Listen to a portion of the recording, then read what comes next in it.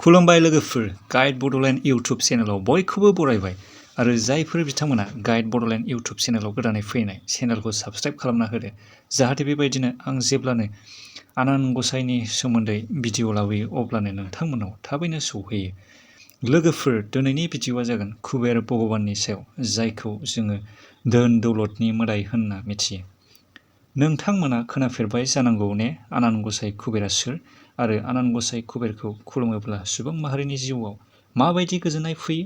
फै लोगोफोरजों जयैनो मिथिना लानि आनान गसाइ कुबेरनि सोमोन्दै।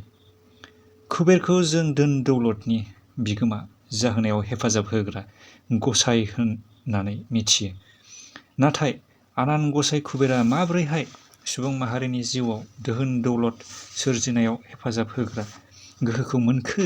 नोंथांमोना खोनानानै सोमोनांनो हागौ आरो बे बुहुमाव सुबुं माहारिया गावबा गाव हाबा मावनायनि फिथाइखौ माबोरै मोनो फै जों मिथिनानै लानि।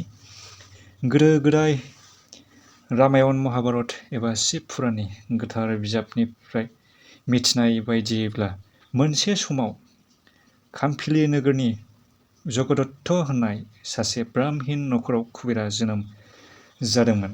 कुबेरखौ उन्दै समाव गुणनिधि मुङै मिथिनाय जायोमोन। गुणनिधिया एबा कुबेरा उन्दै समाव मोजां लोगोफोरजों थाफायामोन। माब्लाबा बियो जुवा खेला गेलेनाय, माब्लाबा लोगोफोरजों जानानै लोंनानै जेराव मोनो बेयावनो बेरायथिंलाबायनाय आखल आखुनिमोन। कुबेरनि बेबायदि आखल आखुखौ नुनानै कुबेरनि बिफाया बिखौ न'निफ्राय सानसेखालि होखारहरबायानो। गुणनिधिया बिफाजों न'निफ्राय होखारहरजानायनि उनाव जेराव मोनो बिथिंनो थाबायलांदोंमोन। थाबायै थाबायै बियो मेंग्लिनाय देहाखौ लानानै आरो गावनि उखैनाय देहाखौ लानानै बियो मोनसे समाव लामा सेराव मोनसे शिब मन्दिर नुसनहैबायानो। गुणनिधिया गावनि उखैनाय उदैखौ सुफुंनो थाखाय शिब मन्दिराव फुजा होनाय प्रसाद दंबायो नामा होननानै सिरि सिरि प्रसाद जानो मन्दिर फारसे थांबायानो। गुणनिधिया मन्दिर सिङाव हाबलांबाय, नाथाय मन्दिर सिङाव खोमसिनि अनगा जेबोआनो गैया। बियो सानहाबबाय गावनि उखैहाबनाय उदैखौ माबोरै गोजोन होबावनो हागोन होननानै। थिग बे समावनो गुणनिधिया गावनि मोदोमाव गाननाय जिखौ सावनानै मन्दिर सिङाव सोरां खालामबाय। नाथाय गुणनिधिनि साननाय बायदि जायासै। आनान गसाइ शिबनि मन्दिर सिङाव हाबनायखौ खबर मोननानै हरै यमराजाया फैना गुणनिधिखौ साजा होनानै बिनि जिउमाखौ लांबायानो।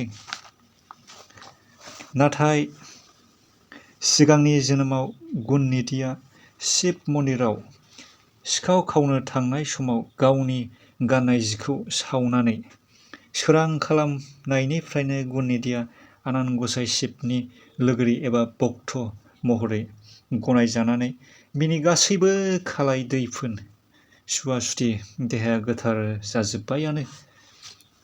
गुणनिधिया जेब्ला गोदान जोनोमाव सासे राजानि नखराव गोदानै जोनोम मोनफिनो अब्ला बिनि मुङा दाम होननानै मिथियोमोन।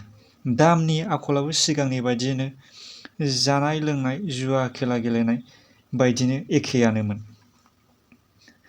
आखल आखुआ सिगां जोनोमनि बायदि गाज्रि हुदायानो जोबाखैमोन। नाथाय गुणनिधिनि सिगांनि जोनोमाव गोरोन्थियाव शिबनि मन्दिराव गावनि जिखौ सावनानै सोरां खालामनायानो गुणनिधिखौ शिब फुजियारि एबा भक्त महरै बोर मोनहोबोदोंमोन।